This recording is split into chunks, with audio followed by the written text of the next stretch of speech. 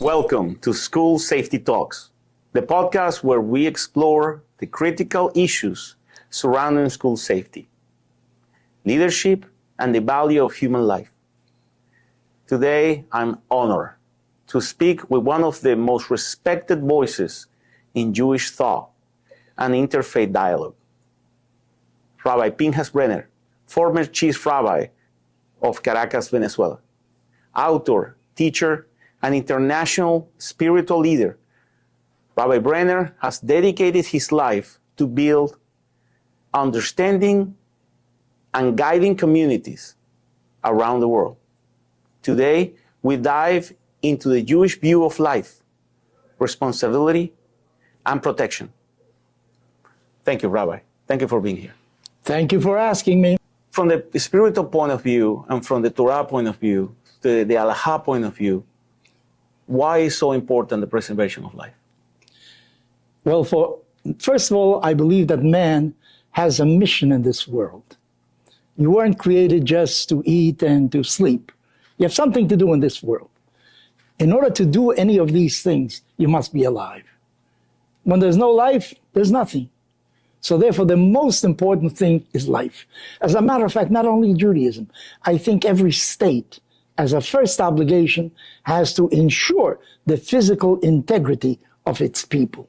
Because without life, you can't do anything. It depends what you're going to do with your life, true. But let's start with life. And in the beginning, God created. You cannot create without life. That is very deep. But let me ask you, from the Halakha perspective, what exactly the rabbis and the scholars say about the preservation of life? Well, here we are. You are in this world in order to fulfill mitzvot. Mm-hmm. Mitzvot are God's instructions on how you're supposed to behave. How you're supposed to behave toward yourself, toward your fellow man, and toward God, and toward society also. So in order to fulfill any of the mitzvot, you must be alive. You must be able to do things. You know, a mitzvah is to do something. Some mitzvot have to do with speaking, let's say. You have to recognize that there's only one God in this world. You have to have the right intention. But most of the time, it's something that you have to do. If a poor man extends his hand to you, he doesn't care that much, really, what your intentions are when you give him the help that he's soliciting. But on the other hand, when you give it to him, now, if you're not alive, you can't do it. So you must be alive in this world. To think, to contribute to society, you must be alive. And this is a very important difference between the world of Islam, where there seems to be a worship of death. But yes, no, there is a world to come, but we don't know anything about what happens in the world to come. That's in God's hands. In your hands is to do in this world. So therefore, we are constantly concentrated in preserving life. You're not permitted, for instance, to take a knife and lacerate yourself. We can't do tattoos. You're supposed to go to a doctor when you're sick. It's an obligation to cure yourself because you have to be alive in order to do something. To bring good in this world, you must be alive. And for the audience, the people that we have that they're not necessarily Jewish and, for example, just briefly, they don't understand what a mitzvah is. Can you explain just a little bit what the mitzvot means for a Jew? Okay. Let me tell you about Jewish history a little bit. Okay. You know, we were born as a nation as slaves. In Egypt is where we consolidated into being a nation. And mind you, it's actually distress, difficulty that brings people together. War brings people together. When there's an enemy outside, you have to unite. Peace, then you feel you can do whatever you want. So we were born under difficulty. However, when you break the chains of slavery, what happens then? You're free to do anything you want? That's also no good. You know, I have to respect I have to give you your territory, your space. I have to respect another human being. So God took us from slavery to Mount Sinai. In Mount Sinai, he gave us a code of laws, how to behave in this world. how to utilize the freedom that you have. It says in the Bible, Harut ala luchot. The 10 Commandments were engraved on 2 stones. Harut means engraved. So our rabbis say, don't read Harut, read Cherut. Cherut means freedom.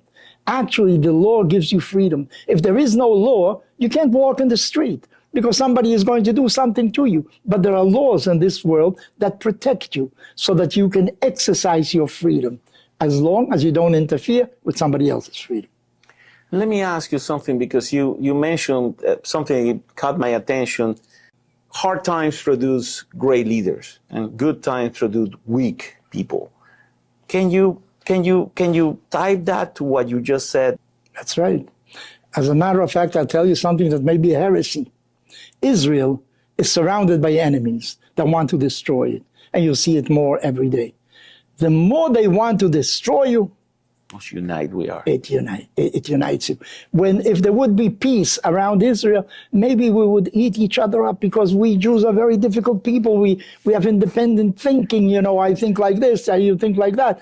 While if there's a common enemy, but that's not enough. It's not enough to have a negative reason to be united. You also must have a goal.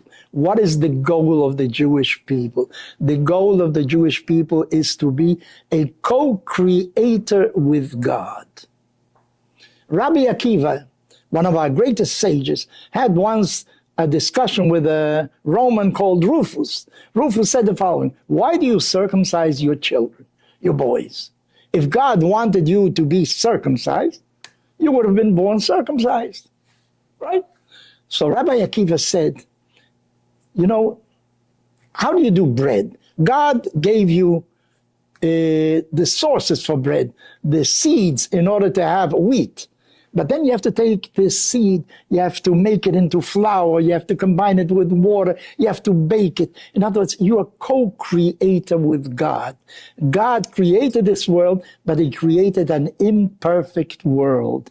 You are God's partner in perfecting this world. Are you going to complete the work? No, but this is your task every day. What do you contribute to make this a better world? That's what we call tikkun olam. Exactly. Very good. Exactly. It's very deep thought. From a Jewish perspective, what is the responsibility of the individual, the community, the school in protecting life? First of all, you have to protect your own life, right? But you also have to protect somebody else's life also. Azov ta'azov imo. You have to help him to get, when he is in dire situation, you have to help him get out of this situation. Kol Israel arevim ze laze. In the Jewish people, each and every one of us is responsible for the other person. And I'll give you a little example. One of the mitzvot is to sanctify the Sabbath, the 7th day of every week. Saturday is a day of rest. It's a holy day. How do we do that? Well, you recite a blessing, you say that God ordered us to sanctify this day, and that is called kiddush, that you do over a cup of wine. Now, you have to do this once. You do it once on Saturday, that's enough. Yet, if you go to somebody's home and nobody said kiddush, you can do kiddush for them as well. We are a unit. If somebody is not doing his right thing, I have to make sure to help him, and there's something missing in me. In other words, if there's a robbery in society, there's something wrong with me too. In other words, I am part of that society and something isn't right. So I, as a unit, I have to contribute to the wholeness of this society. How does Judaism balance the value of life with the idea of free will or risk? And if there's a limit to precaution? But I think that the most important value is life. Now, your life comes before somebody else's life. In other words, if somebody takes out a gun and points it at you and wants to shoot you, you have the right of making sure that he doesn't kill you, because your life goes before his. But you're not allowed to go and kill anybody just like that. If somebody's trying to steal and you go and kill him, that's not right. You're not allowed to take a life. The only time you can take a life without there being a court of justice is if your own life is being threatened by somebody. What about if the life of somebody else? And I give you an example. Yes. If it's the life of somebody else, and I give you an example. Let's say I'm in a school, and I always said this: I will die for my kids, All right. and I will kill for my kids. And when I'm protecting a school, those are my kids. Okay. Nobody mess with my kids. Very so good. if somebody goes to kill my kids, Okay. I feel then my obligation is to kill him first. Okay, very good. There is a law called rodef. Rodef means to persecute, to run after somebody. Actually, if you see somebody running after somebody else with a knife with the intention of killing him, it's your duty to prevent an assassination. There is no reason why a person can go and kill somebody unless he's being threatened himself. But if somebody is running away, he's not threatening anybody. And the one that is running after him with the intention of killing, he is a killer. You have to protect the innocent person and kill the other one. Maybe the other one isn't innocent. No matter what he did, there's no reason, no right for another person to go and kill somebody, no matter what he did.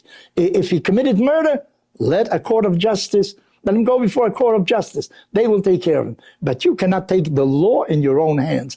And that is called the halakha of rodef. And a very interesting question once a rabbi posed, it was very difficult to answer, you know. Right now, I think President Trump wants to once again revive Alcatraz. Yeah. Oh, okay. So the story goes that a prisoner from Alcatraz is swimming away toward a boat that is far away, and he's swimming. And the guards from Alcatraz try to shoot him. But the people in the boat realize that if this man gets to the boat, they will kill, and maybe they will kill one of them also. So this man that is swimming toward them is like a threat to their own life because people are shooting at him. Are you allowed to shoot this guy that is coming toward you? He's trying to save himself, but he becomes as a rodef. Another example. A woman is about to give birth. And, you know, nowadays, I think these are rare cases. The fetus threatens the life of the mother. Mm-hmm. So the fetus becomes like a rodef. She's trying to kill the mother. But are you allowed to kill this fetus? Can you take this fetus out? On the other hand, people argue, but this fetus has no will of its own. It's doing something. These are complications of it, just to tell you that we take it very seriously. If you see somebody that is going to do damage, hurt somebody else, it's your duty to prevent that. It's a mitzvah to prevent it. Remember when I was watching the Schindler List, they say in the Schindler's, and when they make the ring for him, it says that whoever to save one life saves the entire world. Yeah. Can you talk a little bit about that phrase? Sure, why not? Why not? First, I told you that life has an infinite value. How much is infinity plus one? Infinity plus a million, still infinity. You cannot add up infinities, even though there are degrees of infinity, because I studied mathematics and we have different things. You know, the number system 0, 1, 2 is one infinity, but then you have fractions is a different kind of infinity. There are real numbers, imaginary numbers, but infinity means you can't add anything to it. In the beginning, God created a couple, Adam and Eve. They had 2 children. Cain and Abel. Cain killed Abel. What Cain did was kill a fourth, 25% of humanity. There were only 4 people. So our rabbis say that he who kills a human being, it's as if he's killing humanity. And on the other hand, he who saves a human being, it's as if he saves humanity. Because take a look. You have a concept of God, I have a concept of God, you have a concept of the universe, but each and every one of us is a whole universe. When you finish a life, you're finishing a whole universe. That concept, that idea of the universe is no longer there. Each and every one of us is an individual. And according to the Torah, the Jewish tradition, each and every one of us, every human being, Adam wasn't Jewish, by the way. Neither was Eve, his wife. Didn't exist at the time. No, but they have infinite value because we were created in the image of God. So the worst thing you can do is extinguish a life. When you extinguish a life, you're extinguishing a universe, actually. Thank you very much, Rabbi. There being this, your knowledge and your wisdom is absolutely amazing. Now, let me, just to finalize, one last question, and this is have to be with what we do. We protect schools. We protect, I keep saying that we protect life. All my personnel, I have great human beings protecting what matters for us, which is the kids and the staff and people who didn't sign to get shut down in the school. You want to give a message to them, to these people that, for me, register very high when you put your life in at risk for others. Mm-hmm. When you go every day and you wake up and you go to school to protect kids that are not yours, but you care for them like it was yours, because that is the mission, that is the most important thing. Mm-hmm. Do you have a message for them? Sure, why not? There is a Mishnah, a teaching of our rabbis, that says the following. There are things in this world that have no limit. What does that mean? For instance, during the holiday of Passover, you have to eat matzah. You have to eat 5 kilos of matzah. One little piece of matzah, that's enough. You're already fulfilled because you're supposed to eat matzah. But there are things that you're never finished with them. Are you finished with honoring your father and your mother? I think next Sunday is going to be Mother's Day. You brought her flowers. That's what honoring your mother means? You're never finished with that. If you have a father who's a drunk, you have to support him. He's your father. You're never finished with that. You know, somebody asks you, I need a little help. You go give him, okay, I finished already with helping my fellow man. You never finish that. If somebody else extends its arm, you got to do it all over again. You know, there are certain things that have no limit. But that Mishnah concludes and says, you know what is the most important thing of it all? Is study. Study has no limit. So the best thing you can do in this world is study. Maybe this is why Jewish people excel, because from centuries ago, when people thought that fortunes, real estate, knowledge is the most important thing. So if you protect knowledge, you are doing, I think, the greatest mitzvah there is in this world. Because here's another thing. You have $100, and I tell you, why don't you give me 10? Okay, you give me 10. How much do you have left? 90. You have 90 left, right? Very good. Okay, how many suits do you have? You have seven suits. How about giving me a suit? You give me a suit, you got six suits.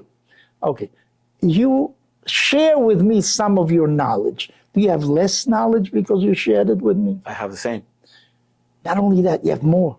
Because in order to teach me, you had to reduce it in language that I would understand, and that itself sharpens your mind. And knowledge it never finishes. That's the best thing you can have. And if you work to make sure that young people study and are safe, you are probably doing the greatest mitzvah there is, because study is the most important thing. Thank you, Rabbi. It means a lot to me. Thank you very much. Rabbi Brenner, thank you for your wisdom and for helping us reflecting on the deepest spiritual responsibility we all share to protect life, not just physically, but morally and spiritually. Your insight reminds us that safety is not just about systems and protocols. It's about the values, community, and a shared sense of purpose. Thank you, Rabbi. Thank you again.